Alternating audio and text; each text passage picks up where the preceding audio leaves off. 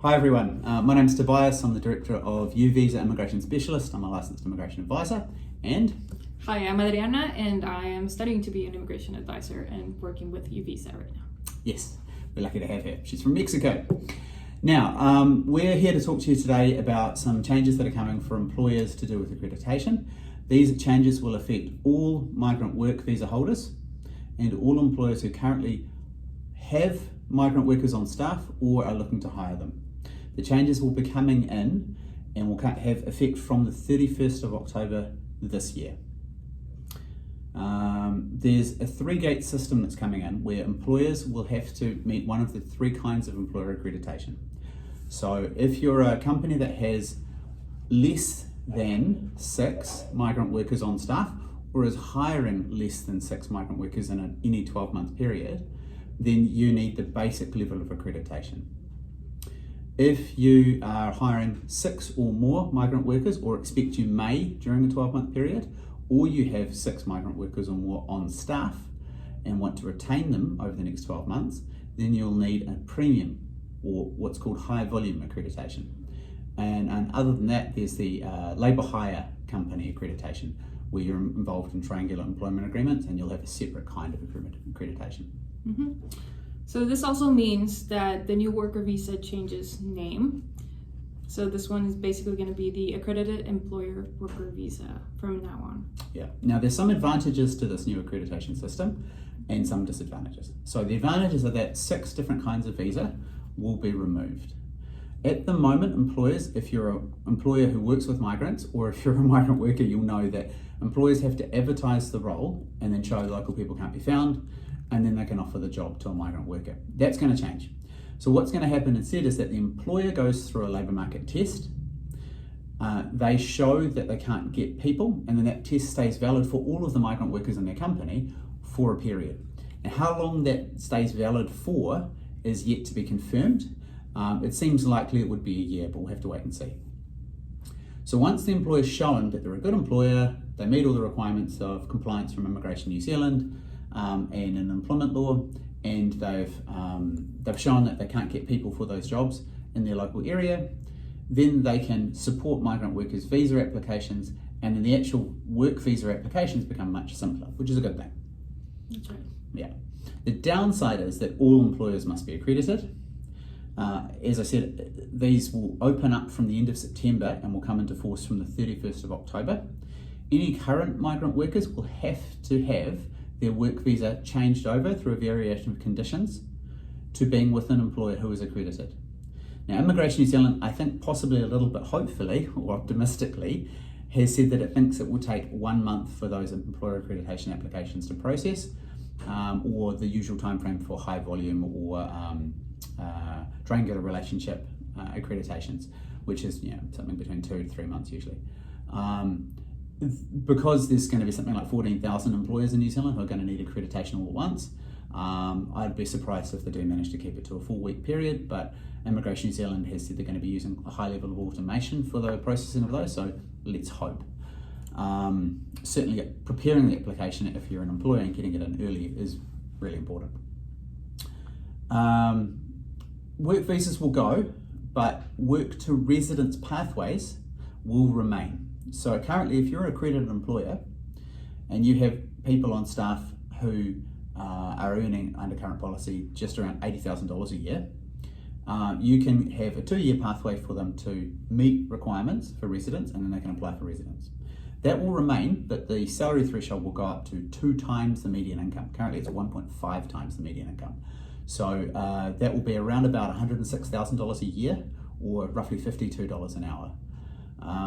If you have staff who are looking to apply under work to residence, and they're on something like $35 an hour, you might want to look at pushing them up to the current salary threshold of $38.25 an hour now.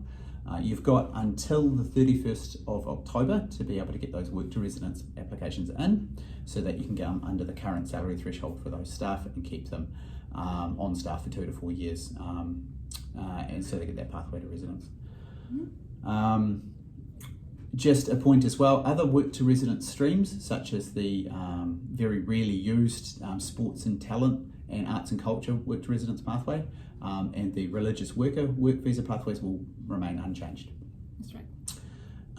Essential skills. So if you're on an essential skills work visa, or you're an employer with staff who are in that space, you're going to simply need to get accreditation as the employer, and then the staff will need to apply for a variation of conditions to show that their employer is now accredited.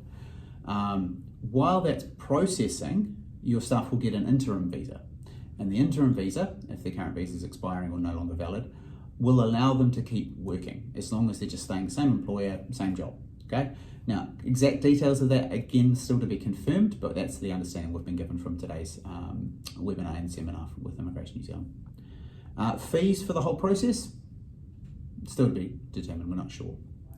That covers most of it, but Adriana, you had a few questions because... Well, yeah, they mentioned something about some cities that are going to have stricter limits. Yeah. So what can you tell us about that? Yeah, so with the labour market test, this is one of the advantages of the change. Mm-hmm. So if you're in a city, so Auckland, Wellington, Christchurch, Hamilton and Dunedin are defined as cities. Tauranga is not, even though it's probably bigger than Dunedin. But those are the 5 cities. If you're in a city, then the labour market test for showing that you can't get local staff will be stricter. If you are outside of a city and you're paying your staff the median income, which currently is $25.50 an hour, then there's no labour market test required. So that means if you're running a restaurant in, say, Nelson, and you have chefs on staff, you can simply pay them $25.50 an hour. You don't no longer have to show that you can't get chefs, and everyone knows there's a massive shortage of chefs in the top of the South Island. Well, perhaps not everyone knows, but anyone who's got a restaurant there knows. And so that's a good thing. If you're paying staff, like your barista, $21 an hour, you're still going to have to show that you can't find local people for that. However, you will be able to get a 3-year work visa for them because they're not in the cities. Staff paid below the median income in the cities will only get 1-year work visas. So a rest home in the Waikato hiring someone as an aged care worker, even though there's this massive shortage of aged care workers, will only be able to get 1-year work visas for those staff. Yeah, if they are paying those staff $25.50 an hour because they've moved up to divisional therapist or supervisor level, they can get a 3-year work visa in the Waikato. Okay, sorry, in Hamilton, not the Waikato, in Hamilton City. Exactly where those city limits lie is defined by the boundary officers for work and income. So for Auckland, the city limits are from Warkworth through to Pukekohe. And that's quite a significant change for the duration of visas and requirements of employers to do advertising. So that should actually be advantageous, I think, for the most part. Mm-hmm. And there were some changes also with the work that was in the shortage list. So there was some to do with that too. Yeah, look, the shortage lists are really, really confusing.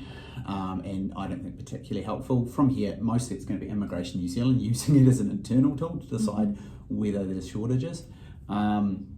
If you're a diesel mechanic and your job is on the long-term skill shortage list, at present there's a special pathway for you to work to residence. That's going to go.